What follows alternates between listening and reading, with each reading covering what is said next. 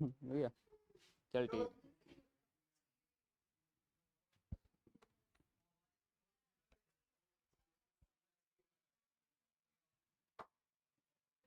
Hello. तो ये M1 batch का सॉल्यूशन है। M1 date 24/10। M1 वाले कौन से हैं? ये सारे M1 वाले हैं। ठीक है। ठीक है, तो देख लेना, कोई गलती कर रहा हूँ ना तो बता देना बीच में। ठीक है, तो तुम्हें ही समझा रहा हूँ मैं। ठीक है, तो देखो पहला क्वेश्चन था two identical ball bearing in A contact with each other. ठीक है, तो दो आइडेंटिकल बॉल है यहाँ पे, पहले तो जो एक कॉन्टेक्ट में है, फिर resting on a frictionless table are hit head on by another ball bearing of the same mass. ठीक है, यानी कि इसका भी मास m है, इसका भी मास m है और इसका भी मास m ही है। ठीक है, तो v v स्पीड से जा रहा है ये। ठीक है, अब ये वाला पार्टिकल v स्पीड से जा रहा है, तो आपको सभी को पता होगा क्या होता है कि जो जितनी वेलोसिटी से ये वाला जा रहा होगा ना, तो जो लास्ट वाला मास है वो भी उसी स्पीड से जा रहा होगा आगे, और ये वाला जो है बीच में सेंटर वाला वो जीरो से ही रहेगा। ठीक है, और ये दोनों अटैच हो जाएंगे, पहला 1 और 2 वाला पार्टिकल। ठीक है, और जो तीसरा मास है वो सेम ही वेलोसिटी जा रहा होगा v, तो यही वाला बी ऑप्शन में दिख रहा है। ठीक है, यहाँ पे दोनों हाफ वेलोसिटी से नहीं जाएंगे एक साथ में, ये गलत है। तीनों एक साथ भी नहीं जाएंगे, ये भी गलत है। और ये भी गलत है। ठीक है, ये तीनों ही मूव नहीं करेंगे, ये दोनों, यानी कि ये वाला इन दोनों में ये इसके साथ स्टिक कर जाएगा और ये वाला मूव कर जाएगा v वेलोसिटी से। ठीक है,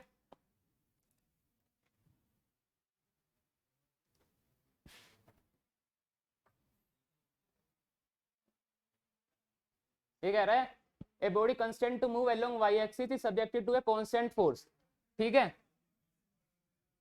चुप हो जाओ।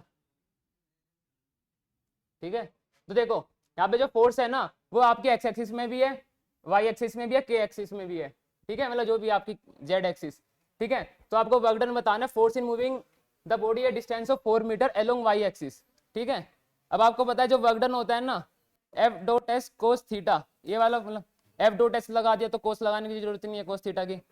ठीक है, यानी कि इनका डॉट प्रोडक्ट, जिस डायरेक्शन में डिस्प्लेसमेंट हो रही है उसी डायरेक्शन की फोर्स उससे मल्टीप्लाई हो जाती है।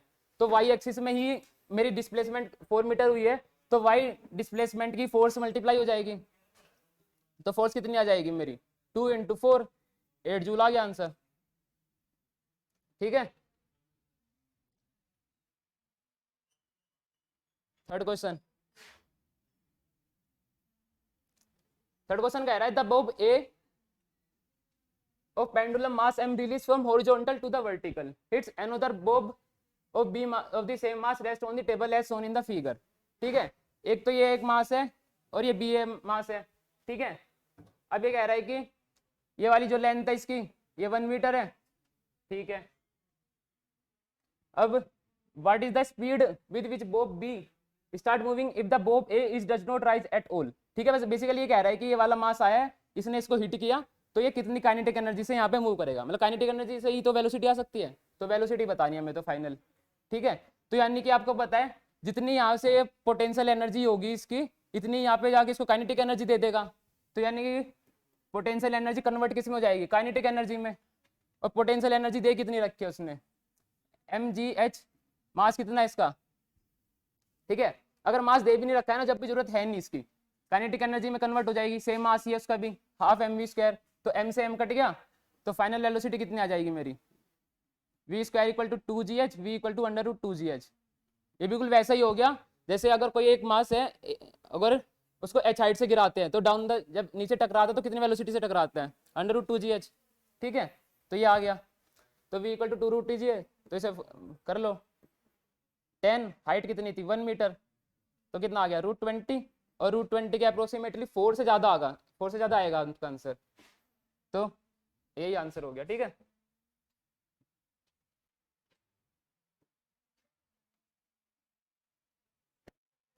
A ball of mass m moving with their speed 2v0।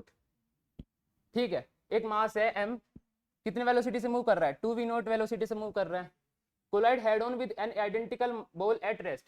ठीक है, इससे कोलाइड करता है आइडेंटिकल बॉल से जिसकी वेलोसिटी कितनी है, इनिशियल वाली 0 है। E is the coefficient of restitution, then what will be the ratio of velocity of the two ball after collision. ठीक है, ये तो इनिशियल कंडीशन हो गई मेरी। फाइनल कंडीशन क्या होगी मेरी, जो ये वाला पहला मेरा मास है और ये सेकंड मास है सपोज, तो ये m जो पहले वाला मास है ये इधर की तरफ जा रहा होगा विद v1 वेलोसिटी से मान लेते हैं किसी, ठीक है, और ये जो सेकंड वाला मास है वो इधर जा रहा होगा v2 वेलोसिटी से, ठीक है। अब यहाँ पे पहले मेरे रेशो ऑफ वेलोसिटी निकालना है, यानी कि v1/v2 कैलकुलेट करना है मेरे को, ठीक है। अब यहाँ पे सबसे पहले तो वही लगा लो आप, मोमेंटम कंजर्वेशन। तो मोमेंटम कंजर्वेशन से क्या आ जाएगा मेरा m2v0, ठीक है। मोमेंटम कंजर्वेशन यही तो होता है आपका, initial momentum equal to final momentum, ठीक है। इनिशियली सिर्फ यही वाला मास मूव कर रहा है, इसी के पास वेलोसिटी है, तो m2v0 प्लस जो दूसरा मास है वो स्टेशनरी है, फिर जो फाइनल मोमेंटम कितना आएगा mv1 प्लस mv2, ठीक है। अब m से m कट गया सारा, तो 2v0 किसके इक्वल आ गया v1 प्लस v2 के, ठीक है। और आपको पता है वेलोसिटी ऑफ सेपरेशन किसके इक्वल होता है, e into velocity of approach, ठीक है। अब वेलोसिटी ऑफ सेपरेट किससे कर रहा है v1 माइनस v2 से, और e into velocity of approach कितनी है 2v0, ठीक है। तो यहां से मेरे पास जो है 2v0 की वैल्यू क्या आ गई, अगर मैं निकालू v1 minus v2 bye e, ठीक है। तो 2v0 की value v1 minus v2 bye e, और यहाँ पे 2v0 की वैल्यू क्या है v1 प्लस v2, तो इन दोनों को इक्वेट रख सकते हैं, ठीक है। तो यहाँ पे क्या आएगा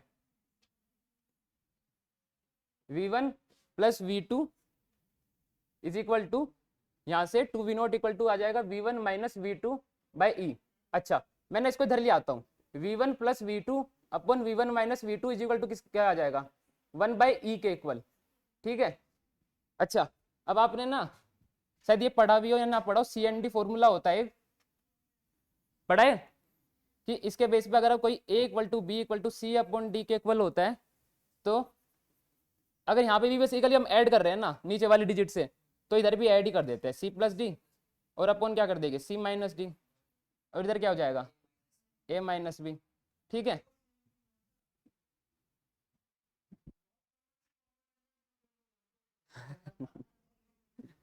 ठीक है sir.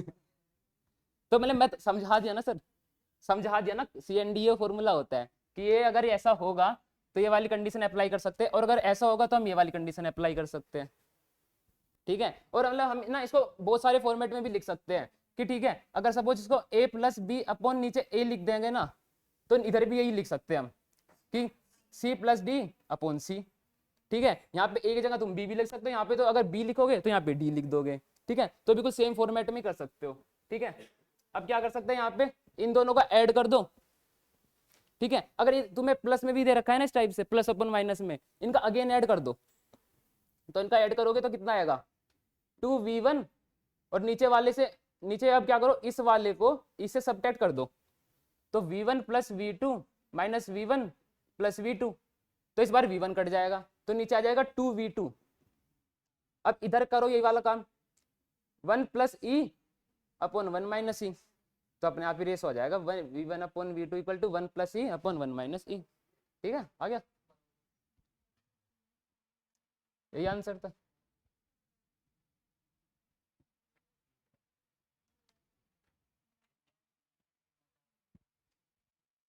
A ball of mass m fall from a height b, ठीक है। एक मास m है जिसको b हाइट से गिराया गया है, which the coefficient of restitution इसका e दे रखा है मेरे को, the height attend by the ball after 2 rebound, ठीक है। तो इसका ना तुम्हें वही वाला फॉर्मूला रट लो चाहे याद कर लो, h dash equal to e की पावर 2nh, कितने रिबाउंड हुए हैं इसी से n की वैल्यू रख दोगे, तो e इंटू 2 इंटू 2 b, और h कितना दे रखा है मेरे को b, तो h डैश कितना आ गया e की पावर 4 इंटू बी।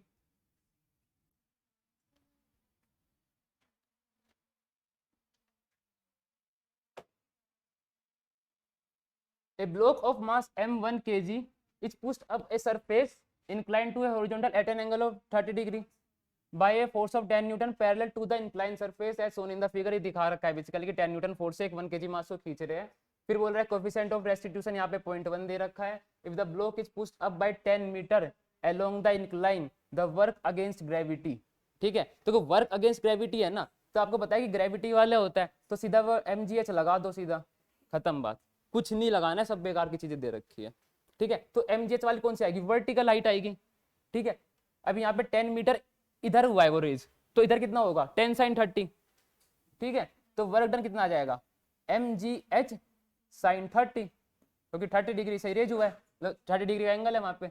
तो मास कितना दे रखा है मेरा m 1 kg, g कितना दे रखा है 10, हाइट दे रखी है मेरी 10, 1/2, तो 50 जूल आ गया आंसर मेरा। ठीक है, सब बेकार की चीज है जो भी कुछ दे रखा है। ठीक है, वर्क अगेंस्ट फ्रिक्शन पूछेगा तो फ्रिक्शन वाली चीजें आ जाएगी वहां पे। ठीक है,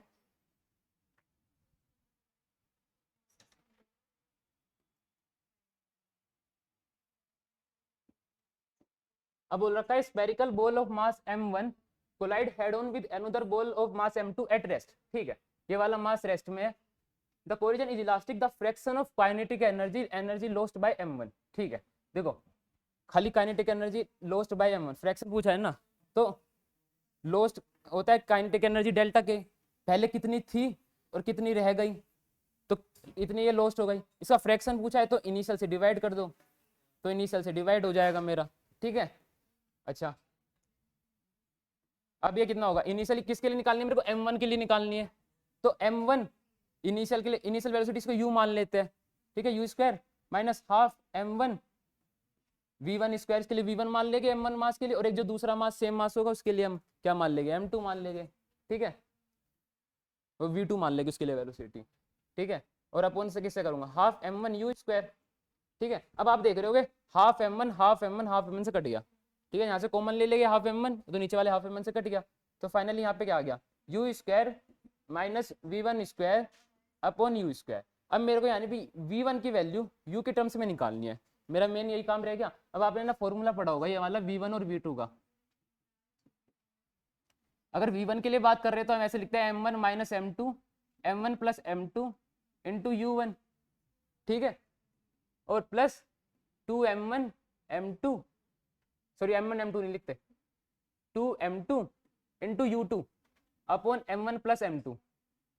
अब v2 के लिए बात करेंगे तो m2 माइनस m1 कर लेंगे अपॉन m1 प्लस m2। अब यहाँ पे v1 था तो u1 आएगा, यहाँ पे v2 था तो यहाँ पे क्या आएगा u2, तो 2m1 u1 m1 plus m2। ठीक है, तो ये वाले फॉर्मूले भी याद होने चाहिए आपको। अब मेरे को क्या निकालना है, मेरे को तो v1 की वैल्यू निकालनी है ना, इससे हो जाएगा। अब आपको पता है जो सेकंड वाला मास है वो कैसे, रेस्ट पे, तो मेरा ये वाला भी का पूरा जीरो हो गया। ठीक है, तो सिंपल मेरा इसी से ही काम हो गया। v1 कितना आ जाएगा m1 minus m2 upon m1 plus m2 into u। ठीक है, अच्छा यहाँ पे रख दो वैल्यू, u स्क्वायर माइनस इस पूरे का स्क्वायर होगा, तो m1 minus m2 upon m1 plus m2 into u square, और upon u square, u square फिर भी कॉमन जाएगा और नीचे वाली यू स्क्वायर से कट जाएगा। ठीक है, तो फाइनली आपका क्या आ जाएगा, अगर इसको यहाँ से मिटा देते हैं, इतना ही छोटा रहेगा क्या ये, हाँ अच्छा कोई नहीं, चलो तो हो गया। ठीक है, तो आ गया मेरा फाइनली जो डेल्टा के बाई के इनिशियल है 1 minus m1 minus m2 upon m1 plus m2 का होल स्क्वायर। ये ऊपर जाएगा इधर m1 प्लस m2 का स्क्वायर, इसको खोल ही लेते हैं सीधा, तो 2m1 m2, और ये माइनस में जा रहा होगा m1 square minus m2 square, ऐसे ही कर लेते हैं, फिर समझ में नहीं आएगा, minus 2m1 m2 upon m1 plus m2 का होल स्क्वायर। अब यहाँ पे जब ये माइनस में जा रहा होगा, ये माइनस में हो रहा होगा, तो इस वाले से कट जाएगा ये वाले, और ये माइनस वाला प्लस में हो जाएगा, तो 4m1 m2 upon m1 plus m2 का होल स्क्वायर। ठीक है, तो यहाँ से आंसर आ जाएगा आपका 4m1 m2 वाला ये आंसर। ठीक है,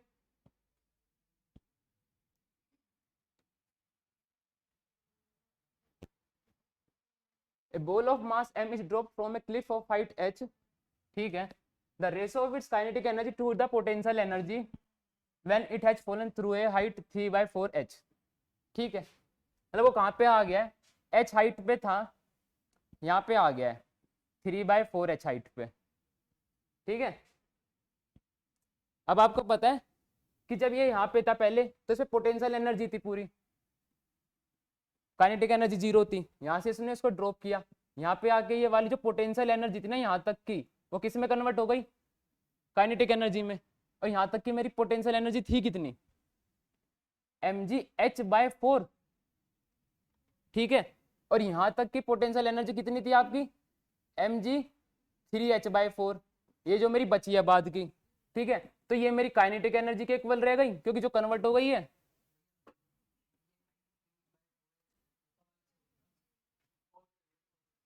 क्यों, देख लेगा, अगर आंसर गलत आया तो कर ले ठीक है, वैसे मुझे नहीं लग रहा यार कि फॉलन थ्रू हाइट यही होना चाहिए, ठीक है। देखो काइनेटिक एनर्जी अपन पोटेंशियल एनर्जी निकालेंगे ना, तो काइनेटिक एनर्जी मैंने कितनी निकाली है, mgh/4, और ये वाली कितनी आई है, mg3h/4, तो mg ऐसे h/4 कटा, h/4 कटा, तो 1:3 आ गया यार 3:1 दे रखा है, तो वही होगा कि 3/4 से होगा, ठीक है, और ऊपर हो जाएगा, ठीक है, ये वाली पोटेंशियल नीचे चली जाएगी, मतलब ऊपर चली जाएगी, ठीक है, तो 3:1 आंसर आ जाएगा, ठीक है, sorry.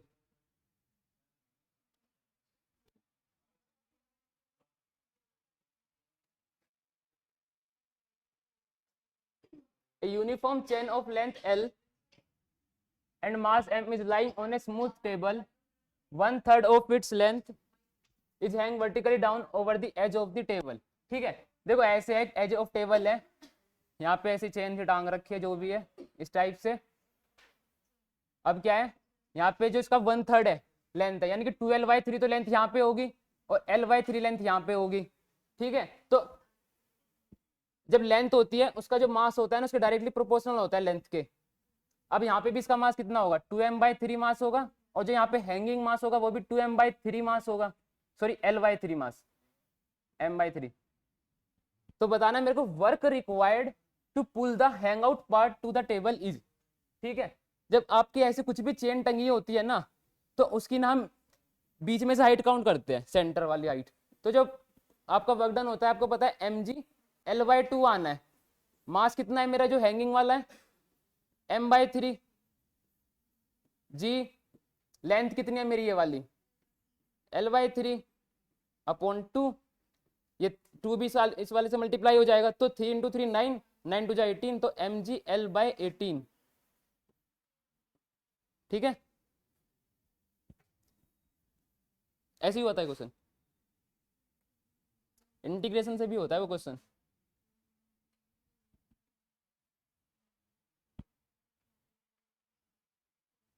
The momentum of a body is increased by 25%, the kinetic energy is increased by about, ठीक है। K इक्वल टू क्या होता है, p²/2m, एक होता है हाफ mv², ठीक है। हमें तो ये वाला चाहिए यहाँ पे मोमेंटम आ रहा हो, क्योंकि मास आपको कांस्टेंट होगा, ये तो डिपेंड करेगा नहीं, तो काइनेटिक एनर्जी किसके प्रोपोर्शनल आ गई, p² के। अब जो भी चीज़ है ना इनिशियली अगर देना रखी हो तो उसको 100 मान लिया करो, ठीक है। काइनेटिक एनर्जी मेरी 100 हो गई इनिशियली, बाद वाली काइनेटिक एनर्जी निकालनी है। इनिशियल मेरी जो पोटेंशियल एनर्जी है कितनी बड़ी है, सॉरी मोमेंटम कितना बड़ा है 25, तो 125 बढ़ गया इसका स्क्वायर, और सॉरी यहाँ पे इनिशियल मोमेंटम तो मेरा 100 ही माना जाएगा ना, मेरा फाइनल मोमेंटम कितना हो गया 125 का स्क्वायर, ठीक है। तो यहाँ से आप निकाल सकते हो, इसका स्क्वायर कर लो।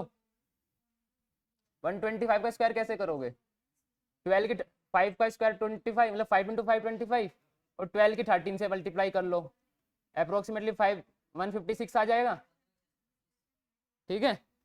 अच्छा ये वाली काइनेटिक एनर्जी निकालनी है मेरे को, तो 5625 × 100 का स्क्वायर यहाँ पे गया है, ये इधर आ गया अपॉन 100, सॉरी ये 100 का स्क्वायर नहीं है, यहाँ पे 100 का स्क्वायर होगा, इस 100 से एक 100 गया और यहाँ पे पॉइंट आ जाएगा, तो काइनेटिक एनर्जी फाइनल वाली कितनी आ गई 156/0.25, और इनिशियल मैंने काइनेटिक एनर्जी 100 मानी थी तो 56.25 अप्रोक्सीमेटली बढ़ गई। ठीक है,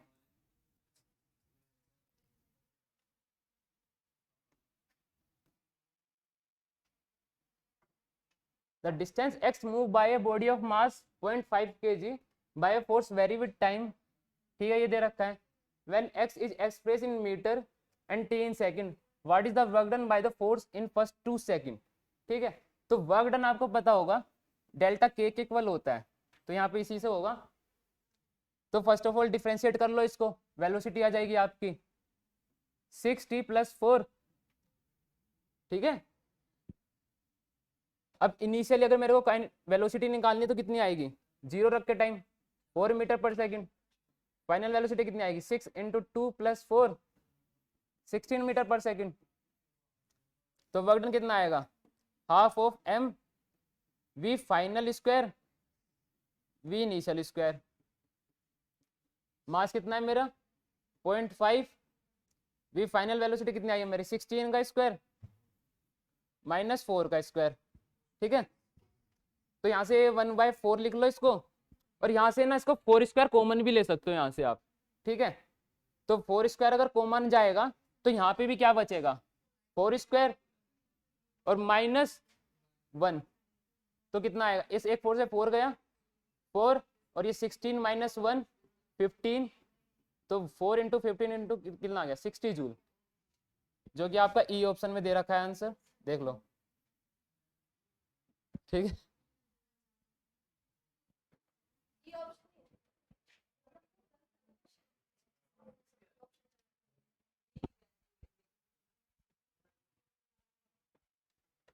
two identical cylinder vessels with their bases at the same level each contain a liquid of density rho। ठीक है, height of liquid in one vessel is b1 and that in the other vessel is b2, the area of the either base is a, what is the work done by gravity in equalizing the level when the vessels are interconnected। ठीक है, तो आपके 2 vessels थे पहले। ठीक है, कभी कभार ना जो वेसल्स होते हैं ना उनके बीच में ना हम कुछ ऐसे लगा देते हैं नोक वगैरह, ठीक है, ताकि इन पे जा ना पाए, इनका जो सोल्यूशन है डिजोल्व ना हो पाए। ठीक है, तो फिर क्या होगा बाद में ऐसा होता है कि इसको ना ओपन कर, इसे यहाँ से हटा देते हैं और फिर यहाँ पे इक्वलाइज वाला ही कंडीशन आ जाती है। ठीक है, उन्होंने बाद में कनेक्ट किया है। तो इसमें कितना हाइट है b1 है एक में, इसमें कितनी हाइट है एक में, इसको थोड़ा कम मान लेते हैं, क्योंकि जो बाद में जो हाइट आएगी उनके मिडल में आएगी ना, b1 और b2 के बीच वाली हाइट आएगी कहीं पे। ठीक है, तो अब इनका लिख लेते हैं पहले, वर्क डन कितना होगा इनिशियली। ठीक है, नहीं बाद में अगर जैसे b1 हाइट है, इसकी b2 हाइट है, जब फाइनल वाली हाइट कितनी होगी, जो हाइट फाइनल है h1 + h2/2, फाइनली यहाँ तक जाएगा हाइट तक। ठीक है, अब मेरे को वर्क डन निकालना है, तो यहाँ पे बेसिकली देखना है कि work done by gravity in equalising the level, यानी कि उसको इक्वलाइज करने में कितना हुआ चेंज। तो mg डेल्टा h लिखूंगा ना मैं यहाँ पे कि कितना चेंज आया है वहां पे। ठीक है, अच्छा मास क्या होता है मेरा, डेंसिटी इनटू वॉल्यूम, और वॉल्यूम क्या होता है मेरा एरिया इनटू लेंथ। ठीक है, यहाँ पे एरिया दोनों का बेस का सेम दे रखा है, तो रो ए, और जितनी भी लेंथ आ रही होगी वो लेंथ से मल्टीप्लाई कर देंगे जितनी भी हाइट पे जा रहा होगा आपका। तो वर्क डन आ जाएगा मेरा एम, जो रो डेंसिटी जब इक्वलाइज करने पे जब भी इतनी आएगी, रो एरिया ए आ जाएगा, और पहले जो हाइट है ना b1 है, ऊपर से नीचे ही तो आएगा लेवल, तो पोटेंशियल एनर्जी ज्यादा किसकी होगी, इसी की होगी। और फाइनल हाइट जैसे h1 पे है ना बेसिकली, और ये h1 + h2/2 पे आया है, तो इन्हीं का ही चेंज निकाल लेंगे, h2 से कुछ कंपैरिजन नहीं करेंगे, क्योंकि यहाँ से ऐसे डिक्रीज हुआ है, मतलब नीचे यह वाला तो ऊपर गया लेवल और ये वाला नीचे आया है। ठीक है, तो रो ए, फिर क्या था यहाँ पे लेंथ h1। ठीक है, तो ये मेरा, और इंटू जी भी आएगा। ठीक है, और क्या आएगा अभी डेल्टा एच आएगा, तो रो ए जी h1, नहीं ये वाली भी तो हाइट मैंने फाइनल लिखी है ना, तो फाइनल कितनी हाइट हो गई है उसकी, नहीं सही नहीं है, ये सही नहीं है, H1 फाइनल वाली हाइट होगी, यहाँ पे जो इसकी हाइट आएगी ना, देखो ऐसा है ना, जब दोनों लेवल के सेम हो जाएगी, मैं तो फाइनल लिख रहा हूँ ना, तो ये वाली हाइट कितनी हो जाएगी, H1 प्लस H2/2। ठीक है, मैंने अभी डेल्टा एच निकाला नहीं है, ठीक है, डेल्टा एच आएगा मेरा H1 minus H1 plus H2/2। ठीक है, तो 2H1 माइनस H1 और माइनस H2 अपॉन 2, तो ये 2H1 माइनस H1 कितना हो जाएगा, H1 माइनस H2/2। करके देख लेना माइनस, अगर यहाँ पे ना दिख रहा हो। ठीक है, तो यहाँ पे कितना आ जाएगा मेरा, ये H1 माइनस H2/2, और मेरा डेल्टा एच भी इतना ही आएगा। ठीक है, तो H1 माइनस H2/2 तो कितना आएगा, इनका स्क्वायर हो जाएगा और नीचे क्या आ जाएगा मेरा, बाई 2 का, हाँ ये भी है, स्क्वायर हो जाएगा। ठीक है, ए रोज ही हो गया, समझ में आ गया ना।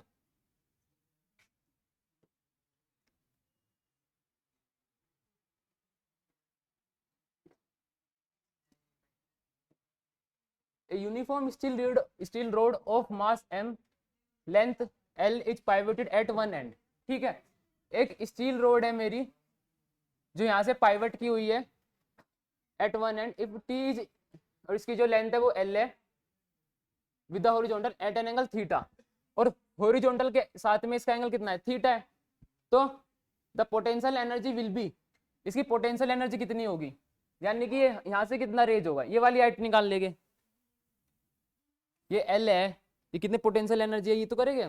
ठीक है, और हमें पता है कि वो भी सेंटर से हाइट लेंगे। ठीक है, तो ये वाली कितनी हाइट होगी इसकी, एल साइन थीटा। तो हमारा जो पोटेंशियल एनर्जी है कितनी आ जाएगी यहाँ से, mg/L/2 साइन थीटा। ठीक है, ये तो इजी था।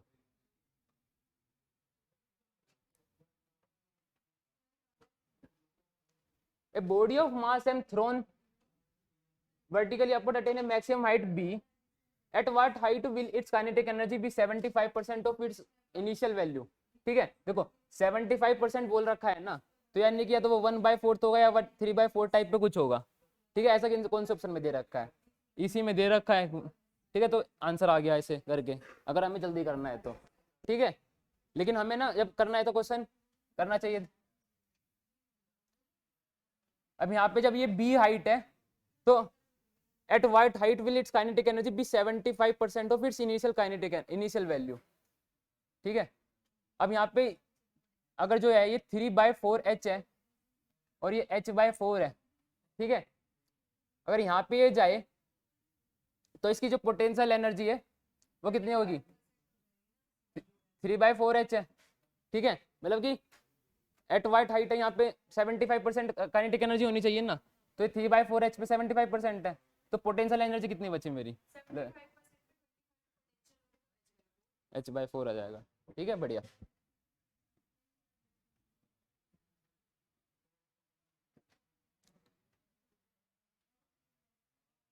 The momentum of the body is increased by 50%. The increase in kinetic energy of the body, फिर से सेम वही क्वेश्चन है कि काइनेटिक एनर्जी को मोमेंटम से रिलेशन दिखाना है। ठीक है, तो k is proportional to p square, initially 100 मान लो, ऐसे कर लेंगे ना, k1/k2 equal to p1 square upon p2 square. ठीक है, इनिशियली आप उसको 100 मान लो, फाइनल वाला आपको निकालना है, इनिशियली आपकी मोमेंटम को भी 100 मान लो, परसेंटेज में निकालना है ना, इसलिए 100 ले लेते हैं। p2 आपको कितना जाएगा, 150 का स्क्वायर, तो k2 कितना आ गया, 150 का स्क्वायर इंटू 100 अपॉन 100 का स्क्वायर। एक 100 से स्क्वायर से 100 कटा, 115 का स्क्वायर क्या होता है, 225 इंटू अपॉन जी इंटू 00 अपॉन 100, तो 225। तो इंक्रीज बाय बताना हमें कितना इंक्रीज होगा, तो डेल्टा के कितना आ गया, 225 माइनस 100, 125 इंक्रीजमेंट हुई है।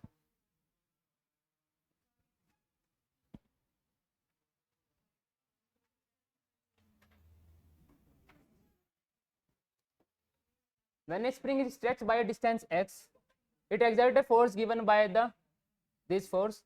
Work done when the spring is stretched from 0.1 meter to 0.2 meter। ठीक,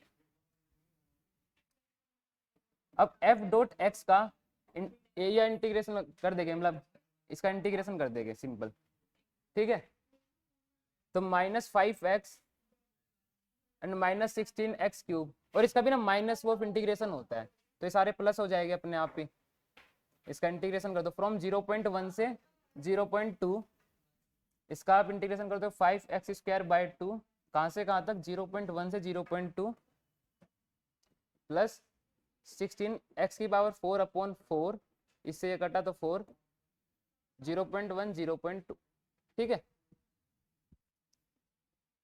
अब पहले ये वाली वैल्यू रख देंगे 0.2 वाली, फिर एक बार 0.1 रख देंगे और माइनस कर देंगे, ठीक है। 0.2 रखते हैं तो कितना आएगा 0.04/2 प्लस यहाँ पे रखते हैं 0.2, तो 2/4 कितना होता है 16, और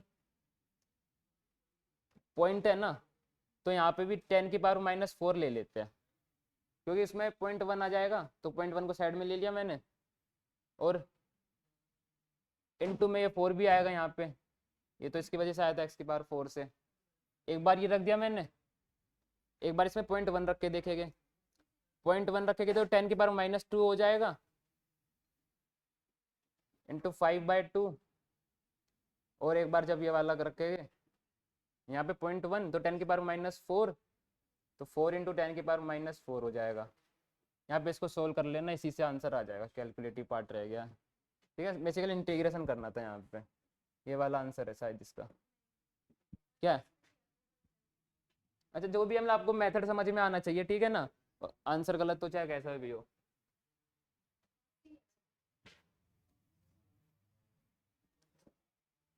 A sphere of mass m moving with a constant velocity v hit another stationary sphere of the same mass, stationary sphere mass से टकराता है, is the coefficient of restitution, then ratio of the velocity of the two sphere after collision will be। फिर से same वही वाला question है, v1/v2 ही बताना है, ठीक है। तो फिर से वही करेंगे, इस बार ना v वेलोसिटी है, 2v0 कुछ नहीं है वहां पे। अच्छा तो v वेलोसिटी से आया, m मास से v वेलोसिटी चल रहा है, रेस्ट मास से टकराया, ये मेरी इनिशियल कंडीशन है, ठीक है। इसको बाद में लिखते हैं, ये फिर m मास इधर v1 वेलोसिटी से गया, m मास इधर v2 वेलोसिटी से गया, ठीक है।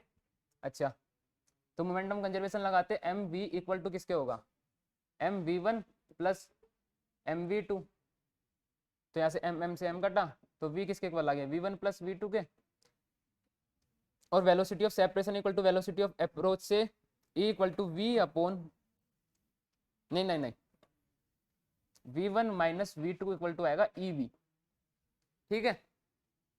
यहाँ से v की वैल्यू क्या आ गई v1 minus v2 upon e, अभी से वैल्यू के यहाँ पे रख दो, इसके v के इक्वल, तो किसके इक्वल आ जाएगा v1 plus v2 upon v1 minus v2 किसके इक्वल आएगा 1/e के, velocity of the two sphere after collision will be, फिर से सेम एडिशन कर दो इन दोनों इक्वेशन का एडिशन कर दो तो कितना आएगा 2v1, और इस वाली इक्वेशन को इससे माइनस कर दो, कितना आएगा 2v2, जब इनका एडिशन करोगे तो आएगा 1 प्लस e, और जब सब्ट्रैक्शन करोगे तो 1 माइनस e, ठीक है।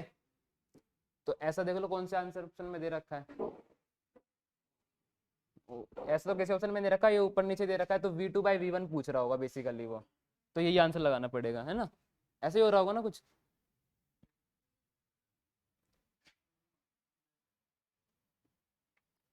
The kinetic energy of a body become 4 times of its original value, ठीक है।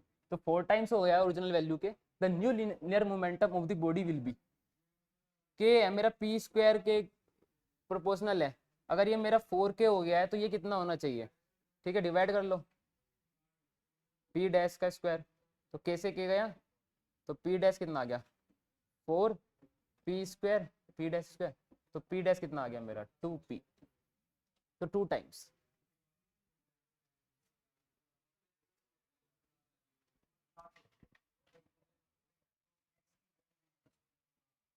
तो कोफिशिएंट ऑफ द रेस्टिट्यूशन पूरे परफेक्टली इलास्टिक, तो परफेक्टली इलास्टिक कोलिजन के लिए कंप्लीटली इलास्टिक हुआ तो e की वैल्यू 1 आ जाएगी।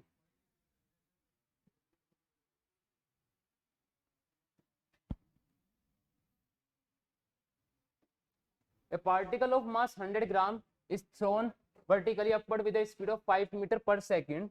The work done by the force of gravity during the time the particle goes up is, ठीक है, थ्रोन वर्टिकली अपवर्ड, तो कितना आ जाएगा, वही है काइनेटिक एनर्जी वाला निकाल लो आप इसमें, फाइनल में जाके तो जीरो ही हो जाएगी ना। इनिशियल वेलोसिटी से आपने गया है 5 मीटर पर सेकंड, कितना ऊपर तक जा सकते, जहाँ पे जीरो हो जाएगी फाइनल वेलोसिटी, तो चेंजेस कितना आएगा यहाँ पे, बल्कि फाइनल जीरो हो गई है ना, तो डेल्टा के इक्वल होता है मेरा वर्क डन, तो यहाँ पे कितना आएगा, zero minus half into mass कितना है मेरा 100 ग्राम है, तो 10 की power -1 into V square, V यहाँ पर 25 आ गया, तो 0 माइनस में 25/20, तो माइनस में 1.25 आ जाएगा, जो सोल्व कर ले, सी आंसर हो जाएगा।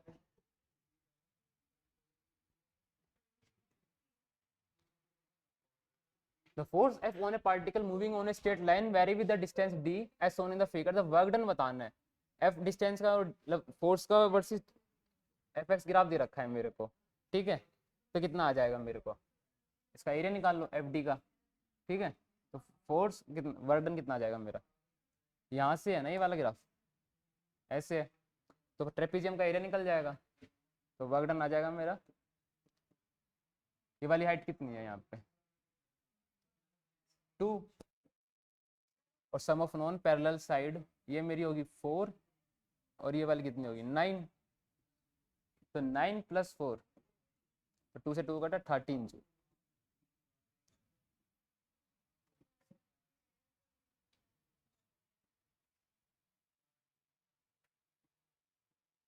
The potential energy of a system increases if work is done, ये तो रटने वाला by the system against a conservative force, ठीक है, तो यही वाला आंसर होगा, यहाँ पे तो रटने वाला क्वेश्चन है, ऐसे ही है, समझने का है, क्योंकि नॉन कंजर्वेटिव में तो फिर आपके और चीज़ें भी आती है ना, हीट वगैरह टाइप, मैं वहाँ पे कंजर्वेटिव ही आएगा, अगर आएगा तो आपके में नॉन कंजर्वेटिव है भी नहीं।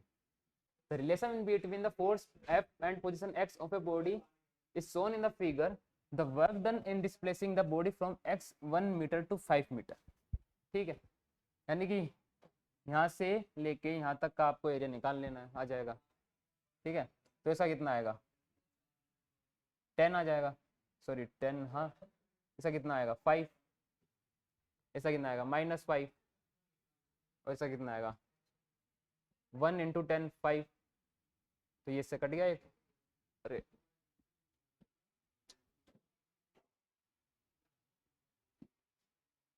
ठीक है, तो 5 से 5 कटा तो 15 जूल आ गया आपका, तो ए आंसर हो गया।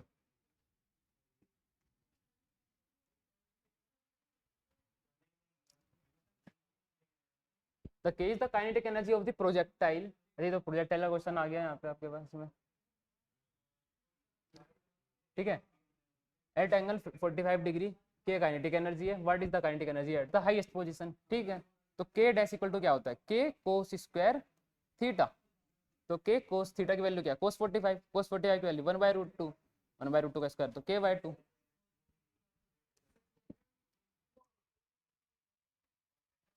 हो गया, अच्छा, two bodies of mass 0.25 kg each moving towards each other with velocity 3 meter per second and 1 meter per second respectively. After collision they stick together. The velocity of the combination will be, ठीक है, दोनों का मास 0.25 kg है ना, तो दोनों एक दूसरे को अप्रोच कर रहे हैं, तो ऐड होगा +3 0.25 1 m1 + m2, टोटल कितना मास हो जाएगा 4 इनटू वेलोसिटी बतानी है आपको इनकी, तो 0.2, हाँ, अच्छा सॉरी 0.5 kg हो जाएगा, ठीक है, हाँ ठीक है, सॉरी मैंने वेलोसिटी को ऐड कर दिया 3 4 3 1, तो यहाँ पे आ जाएगा आपका 0.25 कॉमन आ जाएगा, ये ऐड हो जाएगा 3 1, तो 4 हो गया, ये इधर आ जाएगा मतलब 0.5 × v, तो 0.25 × 4 upon 0.5 is equal to V, ये से कटा तो 2 आया, 2, नहीं नहीं नहीं, कुछ तो गलती हुई है। हाँ पॉइंट हो जाओ, मैंने यहाँ पे ठीक लिखा है m1 प्लस, हाँ ठीक है ठीक है ठीक है, सॉरी सॉरी, तो ये माइनस होगा ना, तो ये 2 होगा, तो ये फिर ये 2 होगा, तो ये पूरा कट जाएगा, तो ये आ गया आंसर 1 मीटर, मीटर होगा ना, सेंटीमीटर क्यों होगा, है ना, ठीक है।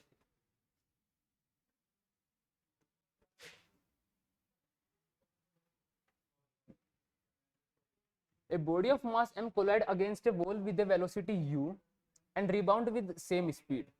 The change in momentum is, अच्छा फिर से वही है देखो, mv से mu से आया और फिर से mu से ही चला गया, तो चेंज कितना आया मोमेंटम में, 2mu का आ जाएगा, ठीक है, तो 2mu आंसर है, 2mu mv कह दो कुछ भी कह।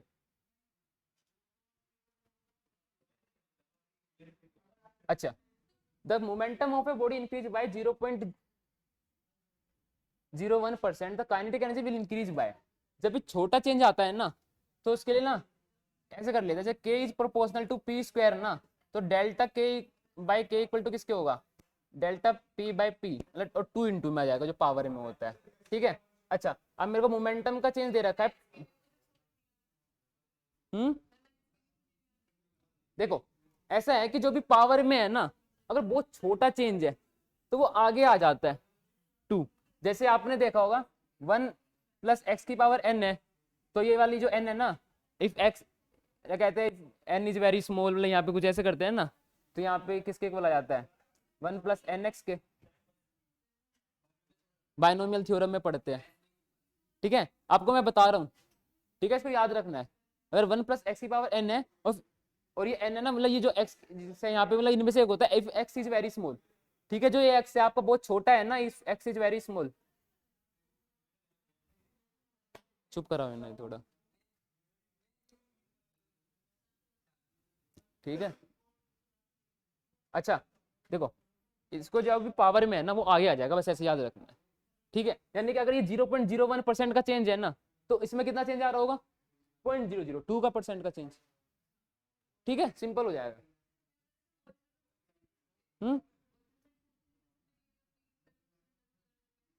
फिर वहां पे आप क्या करोगे, देखो 100% है ना आपका, कितना इंक्रीज हुआ है 0.01, क्या लिखोगे 100.01 और फिर इसका स्क्वायर स्क्वायर करोगे, हो गया और ये गलत है तरीका, ठीक है, क्या, हाँ उससे करोगे तो बहुत, मतलब फिर कॉम्प्लिकेशन हो जाएगी बहुत ज्यादा, ये सिंपल आंसर दे रखा है, ये करना भी ऐसे, इसलिए इसने ऑप्शन भी इसी तरीके से दे रखे हैं आपको, ठीक है, इसको ऐसे याद रखना है। अभी आप यूनिट्स एंड मेजरमेंट चैप्टर पढ़ोगे, नहीं पढ़ा ना अभी वो, तो वहां पे आप ये वाली चीजें पढ़ोगे, ओके।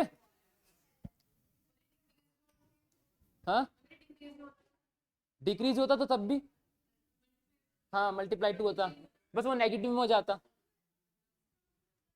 देखो डिक्रीज होने का मतलब क्या है कि डिक्रीज बाय 0.01%, तो काइनेटिक एनर्जी मेरी 0.0202% डिक्रीज हो जाएगी, हाँ नेगेटिव बोल देंगे, मतलब बस बोल देंगे वो डिक्रीज होगा, ऑप्शंस के अकॉर्डिंग डिपेंड करेगा वो आपका, ठीक है।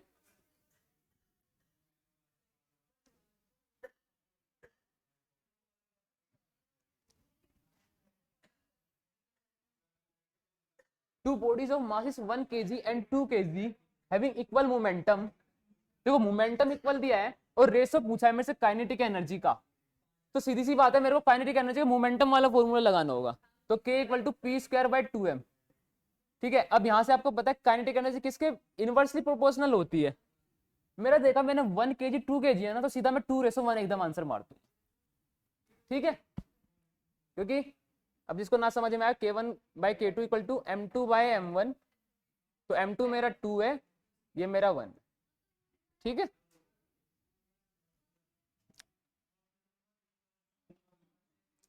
A sphere P of mass m moving with velocity v, another sphere q of mass m, same mass है and वो रेस्ट पे है, the ratio of final velocity of q to the initial velocity of p।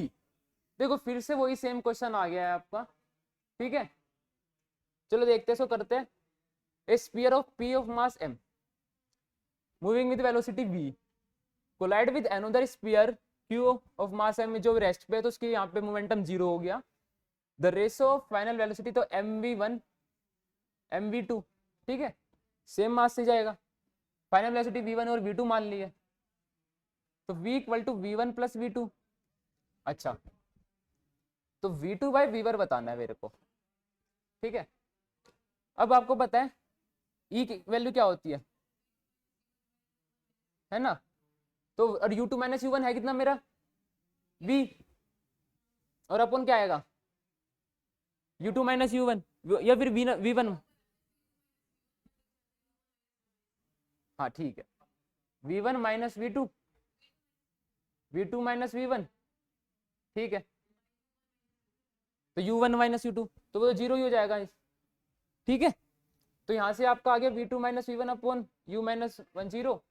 अब यहाँ पे फिर से same वही करेंगे, ये तो मेरा u है ना, सॉरी v है, तो ये भी v होगा।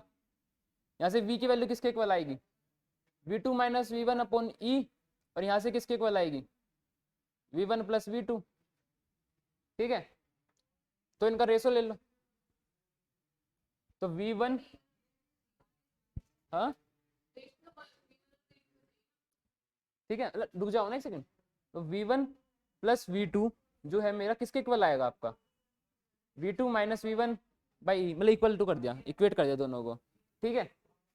अब यहाँ से मेरा क्या आएगा v1 by plus v2 upon v2 minus v1 is equal to क्या आएगा मेरा 1 बाई, ठीक है। फिर से वो सेम कंसेप्ट में चला गया, वही सी एंड डी में, दोनों को ऐड कर दो, तो ऊपर क्या आएगा 2v2, जब दोनों को ऐड करूंगा मैं तो v1 plus v2 plus v2 minus v1, तो v1 वाला कट गया, तो v2 वाला बचा। इन दोनों को ऐड, ठीक है, इन दोनों को ऐड कर दूंगा, तो इस साइड में भी क्या होगा 1 प्लस ई, इधर जाएगा नीचे।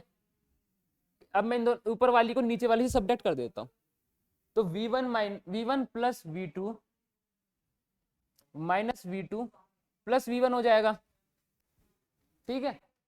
तो v2 से v2 कटा तो क्या आया 2v1, और नीचे क्या आएगा मेरा 1 माइनस ई, ठीक है। तो v2 बाई v1 जो है मेरा किसके इक्वल आया, फिर से सेम वही आ गया 1 प्लस ई, ऑप्शन में ही नहीं है ना, हाँ अच्छा ठीक है। हमें ना ये रेशो नहीं बताना, हमें बताना है v2 बाई u, ठीक है, जो v2 by u v2 by v है, ठीक है, इनिशियल वेलोसिटी ऑफ p, ठीक है। तो इसको भी निकाल ही लेंगे, इजी है ये भी। अच्छा अच्छा अच्छा, तो यहाँ पे कैसे करेंगे, देखो पहले मिटा लेते, थोड़ा यहाँ पे जगह भी चाहिए, ठीक है, इसको भी मिटा ही लेते हैं। अच्छा, अब मेरे पास ना ये चीजें आई थी, ठीक है, तो v इक्वल टू, अच्छा मेरा वहां से तो रेशो इसी का आ ही गया है, किसका v2 बाय v1 का क्या है 1 plus e upon 1 minus e, ठीक है। तो मैं यहाँ से ना एक में वैल्यू रख सकता हूँ मैं पुट करके, ठीक है। तो v equal to v2 minus v1 upon e. अच्छा मेरे को ratio final velocity of q यानी v2 का रेशो बताना है ना, तो v2 को रखे रहने देते हैं, और v1 की वैल्यू v2 के टर्म्स में रख देते हैं। कैसे, देखो v2 बाई v1 है मेरा 1 प्लस ई अपॉन 1 माइनस ई, v1 की वैल्यू क्या आएगी यहाँ से v2 इंटू 1 माइनस ई 1 प्लस ई, ठीक है। मैं v1 की वैल्यू रखूंगा क्योंकि मेरे को v2 की वैल्यू चाहिए, v2 बाई v चाहिए ना, इसलिए। अच्छा, अब v की वैल्यू यहाँ पे v है, v2 minus 1 minus e upon 1 plus e into v2 upon e, ठीक है। अब यहाँ से v2 कॉमन आ गया, तो 1, और यहाँ से अगर मैं इसको सब्ट्रैक्ट करूँ 1 माइनस ई, 1 अपॉन प्लस ई और अपॉन ई, ठीक है। मेरे को ये वाला रेशो चाहिए ना, ठीक है। v/v2 लिख लेते हैं पहले इसको, यहाँ पे जाएगा 1 plus e minus 1 plus e upon 1 plus e है, और ये ई यहाँ से मल्टीप्लाई हो जाएगा इसके साथ में, तो ई हो जाएगा। इससे ये 1 से 1 कटा तो 2e आ गया। तो v/v2 equal to 2e upon 1 plus e into e, इस ई से ई कटा, ठीक है। तो आंसर क्या आ गया मेरा, 1 प्लस e/2 आ गया, तो सी आंसर दे रखा है, ठीक है।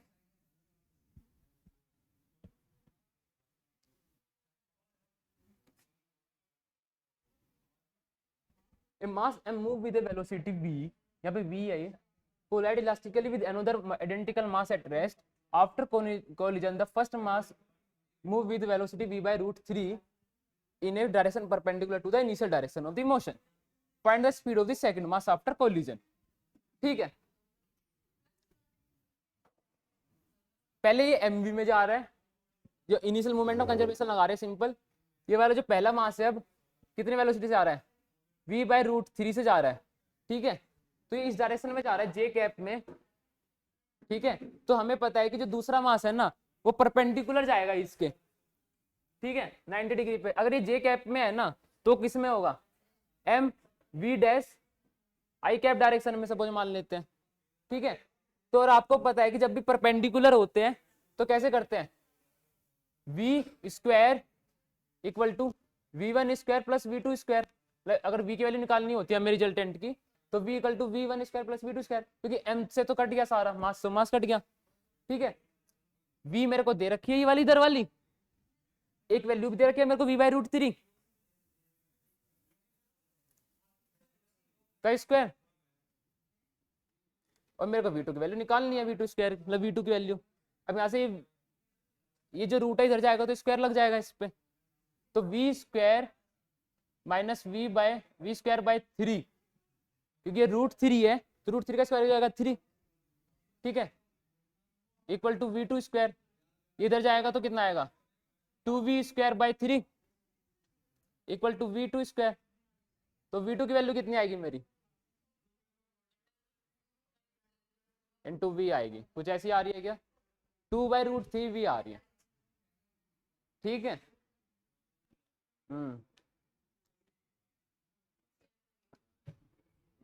तो क्या गलती हो रही है यहाँ पे, अगर हम v/√3 है ना तो देखते हैं, तो v स्क्वायर है यहाँ पे हमारा इधर गया, तो v 1 माइनस 1/3 है तो 2/3 कर तो सही रहेगा क्या, नहीं आया ना, √2 में अंडर रूट में आ रहा है, देखो लगेगा तो ऐसे ही, ठीक है। मेथड यही है, थोड़ी कैलकुलेशन में एरर हुई होगी, ठीक है। तो हाँ मिस्टेक है ना, देख लेना एक बार, ठीक है। कंसेप्ट सही है, मेथड सही है, ठीक है, वही होना चाहिए, बाकी कैलकुलेशन में वैल्यू वैल्यू चेंज होती ही रहती है। A bullet of mass 10 gram moving horizontally with a velocity 400 meter per second strike a wooden block of mass 2 kg which is suspended by a light inextensible string of length 5 meter. As a result, center of gravity of the block is found to be rise a vertical distance of 10 centimeter, ठीक है। तो यहाँ से 10 centimetre height गया, यानी कि इसमें से जो काइनेटिक एनर्जी आ रही थी ना इनिशियली हाफ mu स्क्वायर से, तो कुछ काइनेटिक एनर्जी जो है ना मेरी, सॉरी कुछ एनर्जी मेरी पोटेंशियल काइनेटिक एनर्जी में से पोटेंशियल एनर्जी में राइज हो गई h हाइट में, इसकी कितनी है 10 सेंटीमीटर मेरे को हाइट दे रखी है। तो बोल रहा है the speed of the bullet after it emerges out horizontally from the block, ठीक है। देखो जो आपकी काइनेटिक एनर्जी थी इनिशियल, वो कुछ पोटेंशियल एनर्जी में चली गई, कन्वर्ट हो गई, और कुछ बच गई, वो वही मेरे को उससे स्पीड निकल जाएगी मेरी, कि काइनेटिक एनर्जी फाइनल कितनी बची है। तो यहाँ से मेरा अगर ये निकल जाए तो मेरे अपने आप ही फाइनल वेलोसिटी निकल जाएगी कितनी है, क्योंकि मेरे को मास गिवन है। Conservation of energy is best. ठीक है, कंजर्वेशन ऑफ मोमेंटम से आप यहाँ से आप कंजर्वेशन ऑफ मोमेंटम से दूसरे के पार्ट की वेलोसिटी कैसे निकालोगे, ठीक है ना, वो वेलोसिटी नहीं निकाल पाओगे। ओके, एनर्जी कंजर्वेशन सबसे बेस्ट रहता है। ठीक है, तो हाफ एम यू स्क्वायर से आया। ठीक है, अब ये वाला जो मास ऊपर राइज हुआ है, कौन, दोनों मास ही राइज हुए, एम प्लस एम ई। ठीक है, अच्छा, तो M plus M G H plus half M V square. ठीक है, तो यहां से निकाल देंगे, ठीक है, वैल्यू रखते हैं, सबकी वैल्यू रखना ज्यादा बेटर रहेगा। बुलेट है ना, तो बुलेट का मास कितना है, 10 ग्राम है, 10 की पावर -2। वेलोसिटी कितनी है, 400। 400 का स्क्वायर कितना होता है, 4 का स्क्वायर 16 और 100 का स्क्वायर 10 की पावर 4।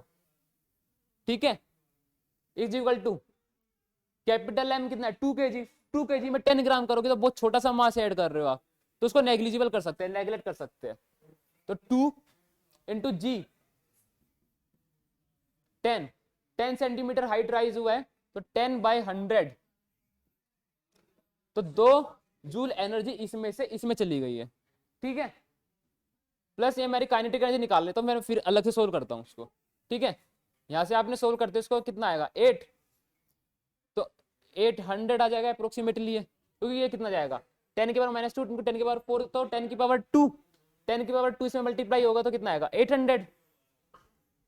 800 माइनस कितना जाएगा ये 2 इज इक्वल टू कितना आएगा मेरा, half of mass of bullet कितना है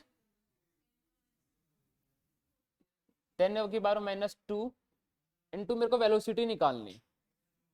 ठीक है, अच्छा कितना है यहाँ पे 798 इंटू 2 अपॉन 10 की power -2 the whole under root. ठीक है, अच्छा 400, कुछ तो गलती करी हमने। The speed of the bullet after is emerges out horizontally from the block will be, ये 2 नहीं आएगा यहाँ पे, ऐसा लग रहा है मेरे को। ठीक है, देखते हैं इसको क्या चेंजेस करे हैं हमने। horizontally with a velocity of 400 meter per second square, as the center of gravity of the block is found to be rise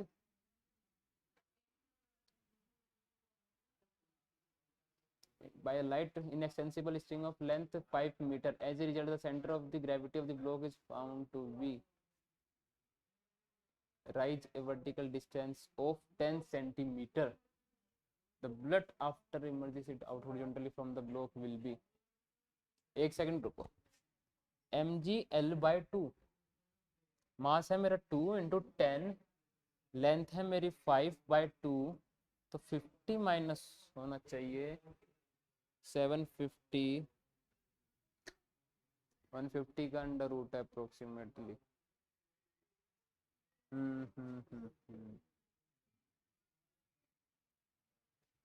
तो इस क्वेश्चन में डाउट है, इसको देखते हैं बाद में। ठीक है, इसको छोड़ देते हैं अभी के लिए। जो भी है कंजर्वेशन मोमेंटम करके देखते चलो।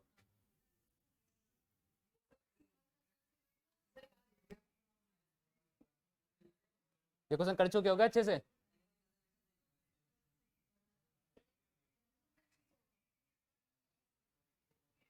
देखते हैं कैसे होगा एक बार मोमेंटम कंजर्वेशन से। ठीक है, मास है 10 ग्राम का, हाँ पूरा टालू है इसी से ही, अच्छा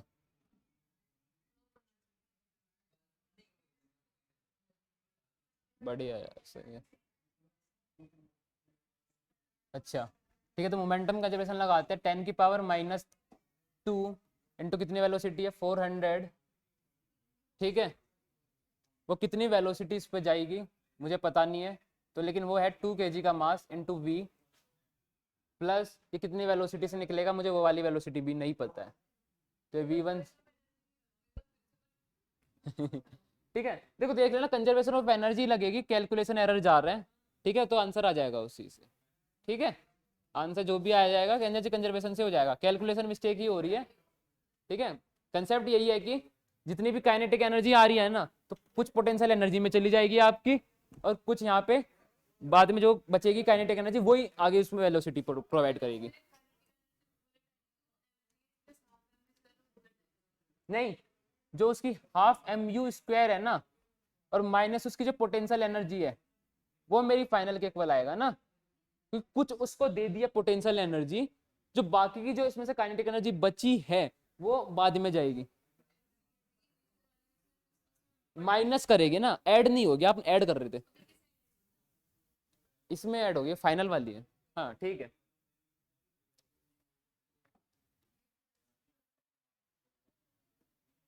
The force F is acting on a particle mass m is indicated by the force time graph shown in the below.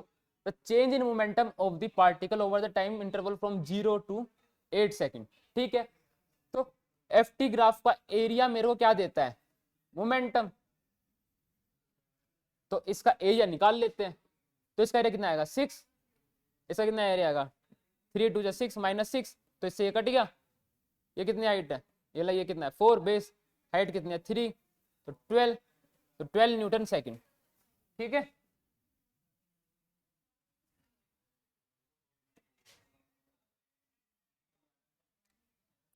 the particle of mass m in the x direction with speed 2v is hit by another particle of mass 2m moving in the y direction with speed v।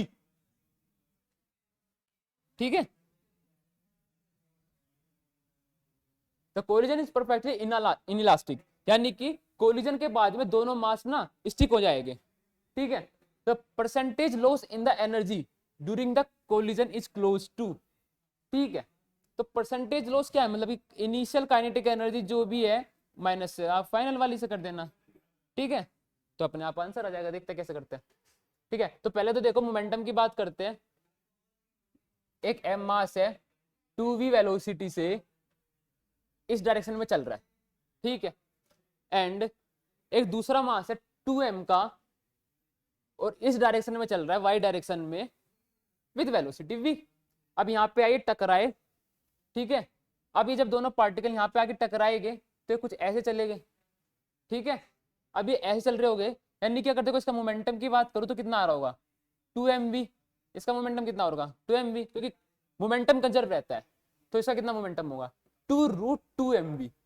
कैसे, दोनों के बीच में 90 degree का angle है, तो final जो मेरा momentum होगा वो कितना होगा 2mv का स्क्वायर प्लस 2mv का square the whole under root, तो 2√2 अपने आप आ जाएगा।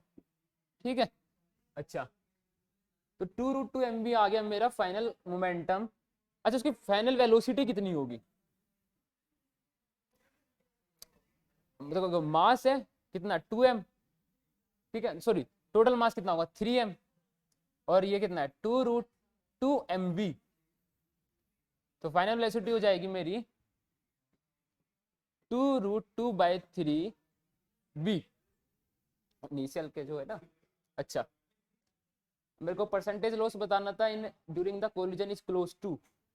ठीक है, अच्छा कैसे करेंगे, इनिशियल मोमेंटम कितना है half M V square, velocity कितनी है 2v, तो कितना आ जाएगा ये 2mv², ये इनिशियल निकाल रहा हूँ kinetic energy, into 2m into v², दो मास 2m मास है और वेलोसिटी v है, क्योंकि यहाँ पे तो आपको कुछ लगता नहीं है ना, वेक्टर वाला स्केलर क्वांटिटी है, तो डायरेक्टली ऐड कर सकते हैं हम यहाँ पे।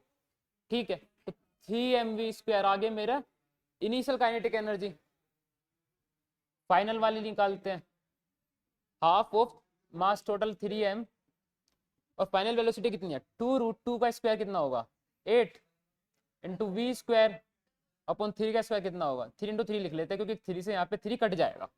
ठीक है, और एक 2 से यह कटा 4, तो कितना आ गया मेरी फाइनल काइनेटिक एनर्जी 4/3 mv²। पहले कितनी थी 3 mv², बाद में 4/3 mv²। तो परसेंटेज निकालना है यहाँ पे आपको, तो 3 - 4/3 फ्रैक्शन में आएगा आपका 9 - 4/3 कितना है अप्रोक्स 5/3 mv², तो ये 1.25 सॉरी कितना आएगा ये 1 पॉइंट कितना आएगा 1.67 क्या अप्रोक्स, तो 67% का लॉस हो जाएगा यहाँ पे। 67 62 कितना आंसर है इसका 33 का, यही है 62% है 56%। ठीक है देखते हैं फिर कैसे आएगा 56%। If the collision is perfectly inelastic, the percentage loss in the energy during the collision is close to। ठीक है, इसका मोमेंटम अगर कंजर्व लगा देता हूं मैं यहाँ पे, तो पी स्क्वायर बाय 2m, अच्छा, और दूसरे वाले के लिए क्या आएगा पी स्क्वायर बाय 4m, तो 1 + 1/2, तो 3/2m P square by 2m, तो ये 1.5 आएगा कुछ अप्रोक्सीमेटली, और ये जाएगा मेरा, एक सेकेंड, 2√2p का स्क्वायर है अपॉन 2m 3m इंटू, तो ये इसका स्क्वायर जाएगा, सोल्व करते हैं इसको दोबारा से,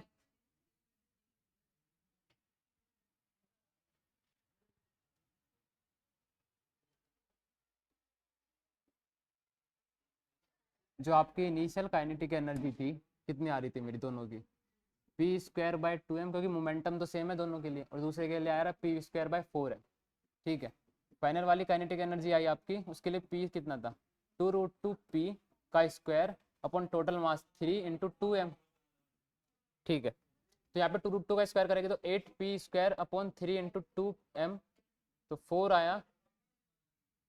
ठीक है, इसको काटते नहीं है, तो इसको 8/3 रहने देते हैं, पी स्क्वायर बाय 2m, तो इसका 8/3 टाइम्स है, और जो ये वाला ये कितने टाइम्स हो जाएगा इसका 1 + 1/2, अगर इसमें ऐड करूँ तो P square by 2m common ले लेते हैं, तो ये कितना होगा 3/2। ठीक है, तो ये कितना आएगा 3/2 1.5 आएगा, और ये कितना आएगा 3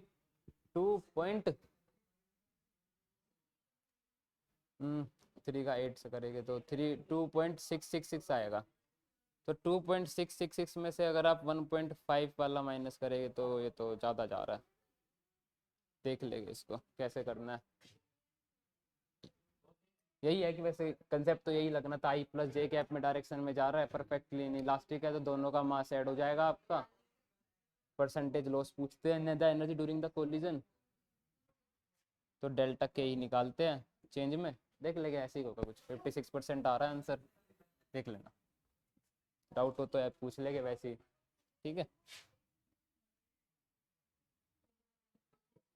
the block of mass 10 kg moving in the x direction with speed of 10 meter per second is subject to a retarding force this during its travel from x equal to 20 meter to 30 meter final kinetic energy will be। ठीक है, देखो ये मेरे को ना आपको ना उसकी तरह रिलेट कर रहा है, फोर्स किसके होता है -kx के प्रोपोर्शनल होता है ना, तो ये बिल्कुल ऐसे जा रहा है 0.1x के, तो मेरी k की वैल्यू कितनी आ गई 0.1, रिटार्डिंग है तो माइनस लगा देंगे। ठीक है, तो डायरेक्टली आपने इसको ऐसे ही कर सकते हो हाफ, ये तो इंटीग्रेशन से कर लो या फिर ऐसे कर लो, इंटीग्रेशन से आओगे थोड़ा लॉन्ग पड़ जाएगा, बस ये हो सकता है। तो k x2 square minus x1 square, negative लगाना जरूरी है, यही मेरा काइनेटिक एनर्जी में जा रहा होगा, kinetic energy final minus kinetic energy initial. ठीक है, ये मेरे को निकालनी है, ये मेरी इनिशियल यहाँ से निकल जाएगी। k की वैल्यू कितनी है 0.1, x2 मेरा 30 मीटर है, तो 900 इसका स्क्वायर हो जाएगा, 20 का स्क्वायर कितना होगा 400, तो ये कितना होगा 1/4 इंटू 500, नहीं नहीं 1/2 ही होगा, ये 1/20 बल्कि। ठीक है, तो कितना होगा माइनस में नेगेटिव आएगा, तो -25, और is equal to kinetic energy final मेरे को निकालना है, इनिशियल काइनेटिक एनर्जी, मास कितना है 10 है, वेलोसिटी कितनी है 10, तो 100 कितना आएगा 500 आ जाएगा, ये k -500, तो कितना आएगा -25 k -500, तो k कितना आ गया 500 - 25, तो 475 joule energy.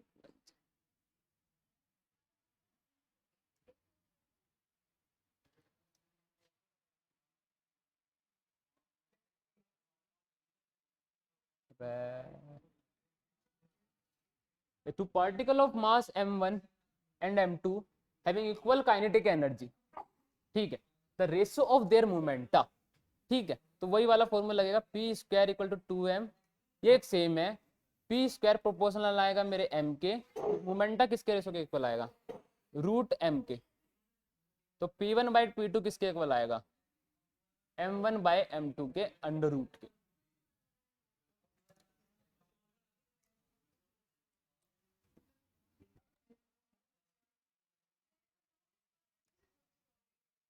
A time dependent force F is equal to 60 acts on a particle of mass 1 kg. If the particle starts from rest, the work done by the force during the first 1 second. अब देखो ये force ना 60 पर है, मतलब time dependent है और मास कितना है 1 kg, तो m इंटू ए किसके इक्वल हो सकता है 60 के, मेरा 1 kg दे रखा है तो ए किसके इक्वल आएगा, ये भी 60 के इक्वल ही आएगा। वेलोसिटी निकाल लूँ यहाँ से तो कितनी किसके इक्वल आएगी, इसका इंटीग्रेशन कर दो, 6t स्क्वायर बाई 2, ये 6t है, ठीक है, तो किसके इक्वल आ गया 3t स्क्वायर के। इनिशियल वेलोसिटी कितनी होगी मेरी 0 और 1 सेकंड पर वेलोसिटी कितनी होगी फाइनल वाली 3t स्क्वायर है यानी 1 का स्क्वायर, तो 3 मीटर पर सेकंड। अच्छा वर्क डन बताना है तो डेल्टा के इक्वल होता है, अब एक तो इनिशियल वाली तो काइनेटिक एनर्जी 0 है, तो फाइनल वाली कर लो हाफ m, ये तो 0 हो गई ना, तो मास कितना है 1 kg, वेलोसिटी 3 मीटर पर सेकंड स्क्वायर, तो 9, तो कितना आया 4.5 जूल।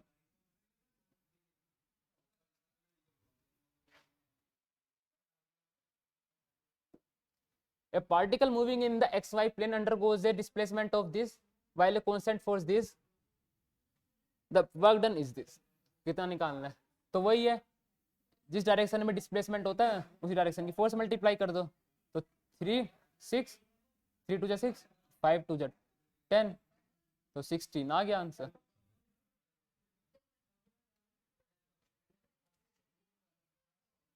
तो ये तो सिंपल है, ए से बी तक में 3 किसी भी डायरेक्शन से जा रहा हो पाथ डिपेंडेंट नहीं होता है, ठीक है, कंजर्वेटिव होता है ना हमारा जो वर्क डन है, ठीक है, जो नॉन कंजर्वेटिव होते हैं हमारे वो पाथ डिपेंडेंट होते हैं, और जो आपके कंजर्वेटिव होते हैं वो पाथ डिपेंडेंट नहीं होते, फाइनल और इनिशियल पोजीशन पे ही डिपेंड करते हैं, तो इसलिए तीनों केस में क्या होगा वर्क डन मेरा इक्वल होगा।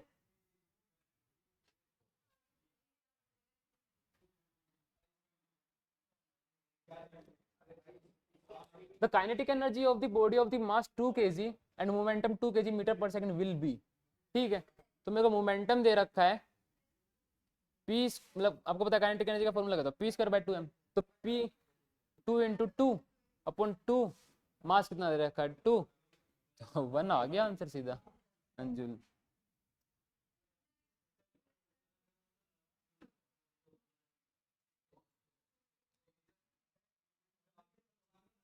अच्छा देखो, तो kinetic energy of the body very directly as the time t, ठीक है, तो काइनेटिक एनर्जी जो है ना वो मेरे टाइम t पे प्रोपोर्शनल है, मेरे को फोर्स बतानी है, ठीक है, तो काइनेटिक एनर्जी को कैसे कर सकते हैं, काइनेटिक एनर्जी का क्या होता है half mv square is proportional to t, mass तो कांस्टेंट होगा तो v square is proportional to t, velocity का डिफरेंशिएट कर दो तो एक्सेलरेशन आ जाएगा, और एक्सेलरेशन में मास करोगे तो वही आपकी फोर्स आ जाएगी। तो कैसे देखो v is proportional to root t ना, तो इसको डिफरेंशिएट कर दो dv बाई dt, इधर क्या आएगा 1, सीधा पता होगा ना रूट t का डिफरेंशिएशन क्या होता है 1/2 रूट t, ये डायरेक्ट याद रख लेना, ठीक है, तो इसका क्या डिफरेंस दूंगा 1/2 रूट t, तो acceleration is proportional to t की पावर -1/2, तो और जो ये एक्सेलरेशन इसके प्रोपोर्शनल होगा फोर्स भी उसी के प्रोपोर्शनल होगी, तो यही दे रखा है सी आंसर, ठीक है।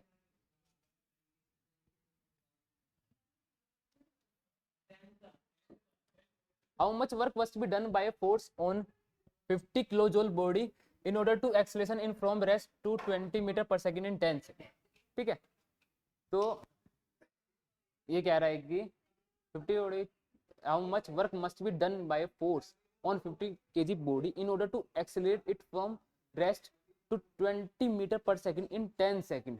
वही है सेम फिर से वही डेल्टा के इक्वल, ये 0 से 10, ठीक है। तो के फाइनल माइनस के इनिशियल, ये तो 0 हो गया। मास कितना दे रखा है आपको 50 kg, वेलोसिटी दे रखी है आपको 20 मीटर पर सेकंड स्क्वायर, तो 20 का स्क्वायर, ऐसे ही तो होगा ना ये। या फिर ऐसे करोगे इसको आप, force equal to M A into कितना डिस्प्लेस होगा, ऐसे भी हो सकता है ये, ठीक है। मास 50 kg है, एक्सेलरेशन आ जाएगा, डिस्प्लेसमेंट भी आ जाएगी, कितनी आएगी। हाँ रुक जा देखते हैं यहाँ पे, अगर इससे हो रहा है तो ठीक है। ये 400 है, हो गया, इसी से हो गया, ठीक है। देखो इससे भी हो गया, हाफ इंटू 50 इंटू 400, ये आ जाएगा 200, तो 5 टू जा 10 इंटू 10 की पावर 3, तो 10 की पावर 4 जूल, ऐसे भी हो जाएगा और यहाँ से भी हो जाएगा। 50 kg, एक्सेलरेशन कितना आएगा मेरा 20 मीटर इन 10 सेकंड, तो चेंज इन वेलोसिटी 20 अपॉन 10, ये होता है ना acceleration v2 minus v1 upon t, तो 20 माइनस 0 अपॉन 10, तो 2 मीटर पर सेकंड स्क्वायर। डिस्प्लेस कितना हुआ है 20 इंटू 10, वो होता है vt, तो हो जाएगा 200। तो यहाँ से करोगे तो ये आंसर नहीं आएगा, ये फिर 200 में चला जाएगा, ठीक है। वो इसलिए चला गया, आ गया ना आंसर, यहाँ से नहीं आया। हाँ क्योंकि यहाँ से इसलिए नहीं आएगा क्योंकि ये हाफ हो जाता है यहाँ पे, यही सही आंसर है, इसी से करना है, ये नहीं करना।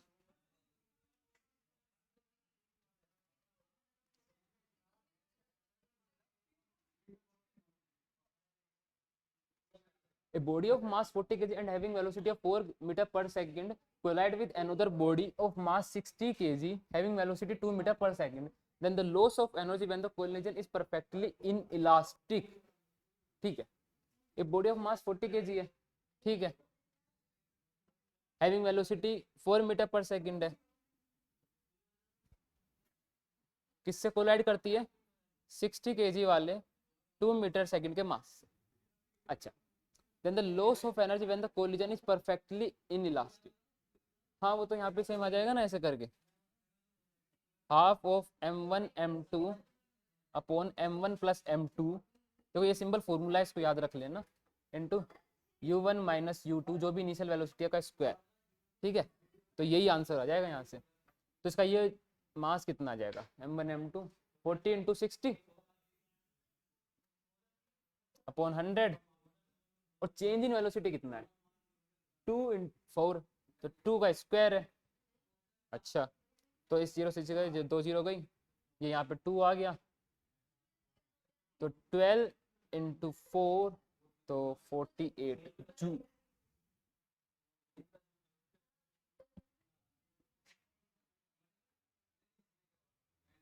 A bomb weighing 9 kg explode into two parts 3 kg and 6 kg. The velocity of the mass 3 kg is 16 meter per second. The kinetic energy of the mass 6 kg is, देखो इसको ना करने के कई सारे मेथड है, ठीक है। एक तो पहला ऐसे कर सकते हैं कि 9 kg है, वो रेस्ट पे है, तो 3 kg वाले की वेलोसिटी कितनी है 16, ठीक है, इंटू 16, और 6 वाले की कितनी होगी उसकी आधी होगी ना, तो v ऐसे भी कर सकते थे, देखो यहाँ पे जाके 3 इंटू 16 अपॉन 6, लेकिन जो डायरेक्शन होगी ना वो उसकी उल्टी होगी, क्योंकि एक इधर जा रहा होगा तो एक इधर जा रहा होगा, ठीक है। हमें तो खाली काइनेटिक एनर्जी देखनी है, तो यहाँ पे हमें कुछ इस पर चीज़ पे डिपेंड नहीं करेगा, तो 8 मीटर पर सेकंड आ गया मेरा यहाँ पे, ठीक है। अच्छा, फिर यहाँ पे वो है कि तुम हाफ mv स्क्वायर से निकाल सकते हो, ठीक है। तो कितना आ जाएगा, चलो निकाल ही लेते हैं। हाफ m कितना है मेरा मास, किसके लिए, मास 6 kg के लिए। वेलोसिटी कितनी आई है 8, 8 इंटू 8 3, 8 8 या 64, और 64 इंटू 3 192 जूल, ठीक है। तो एक तो ऐसे भी कर सकते हो, और एक ऐसे भी कर सकते हो आप कि काइनेटिक एनर्जी क्या होती है, आपको पता है कि p स्क्वायर बाय 2m हो सकती है। अब आपको पता है कि जितना 3 kg का मोमेंटम होगा, इधर से जा रहा होगा, वेलोसिटी कितनी से जा रहा है 16 से जा रहा है, तो 6 वाला जो मास है मेरा वो 8 से जा रहा है, तो इसका भी जो मोमेंटम यहाँ से निकल जाएगा कितना है 48 है, तो वही इसका मोमेंटम होगा, क्योंकि कंजर्वेशन ऑफ मोमेंटम है, इसका जितना जा रहा होगा इसका इतना जा रहा होगा, क्योंकि इनिशियल मेरा मोमेंटम जो है वो भी जीरो है, तो फाइनल वाला मोमेंटम मेरा कितना आ रहा होगा, जीरो हो रहा होगा। ठीक है, तो P 48 इंटू 48/2, और मास 6 kg, 6 kg वाले मास के लिए निकालना है, तो यहाँ से भी आ जाएगा, तो 224 और 4, तो 48 इंटू 4 कितना आ जाएगा, 192।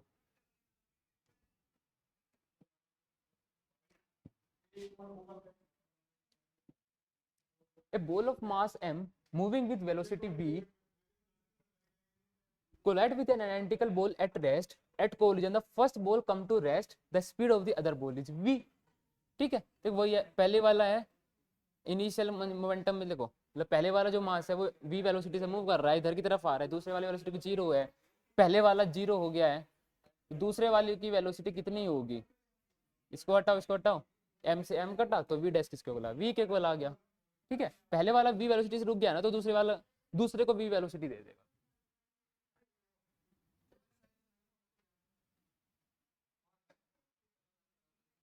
A body of mass m strike to a stationary body of mass m1 and strike to it. After the collision, the combination has a speed, stick to it. Strike नहीं है, a combination has a speed 1/3 of the initial speed of m. Then the ratio of m1 by m is will be. ठीक है, देखो पहले वाला m है, मास है, v velocity से चल रहा होगा, फिर वो स्टिक करा दूसरे वाली बॉडी से m प्लस m1 से, और फिर कितनी वेलोसिटी से मूव कर रहा है, v/3 से, तो v से v कटा, तो m1 प्लस m किसके, m प्लस m1 किसके का, m किसके को आ गया, 3/1 के। ठीक है, अगर इसका मास में 1 मान लूँ, तो ये वाला जो m1 है मेरा, ये कितना जा रहा होगा, 2, तो मेरे को m1/m बताना है ना, तो 2:1 आ जाएगा। देखो या तो इसको ऐसे भी कर सकते हो, ठीक है, तो डायरेक्टली आंसर आ जाएगा, क्योंकि इसको m के कोरोस्पोंड कितना आ रहा है, 1 आ जा रहा है, तो ये 1 ले रहा होगा। बाकी का जो यहाँ पे जो है ना, ये 1 + 2/1, इसको ऐसे भी तो लिख सकते हैं ना, कि ये वाला मास मेरा m है, ये भी मास मेरा m है, तो 1 + 2, तो ये मेरे को m1/m बताना, तो 2:1 हो जाएगा। या फिर आप सीधा मल्टीप्लाई कर सकते हो, m1 + m 3 1 इधर गया, m + m1 = 3m, इधर आया 2m = m1, तो अब भी m1/m कितना ही आएगा, 2:1।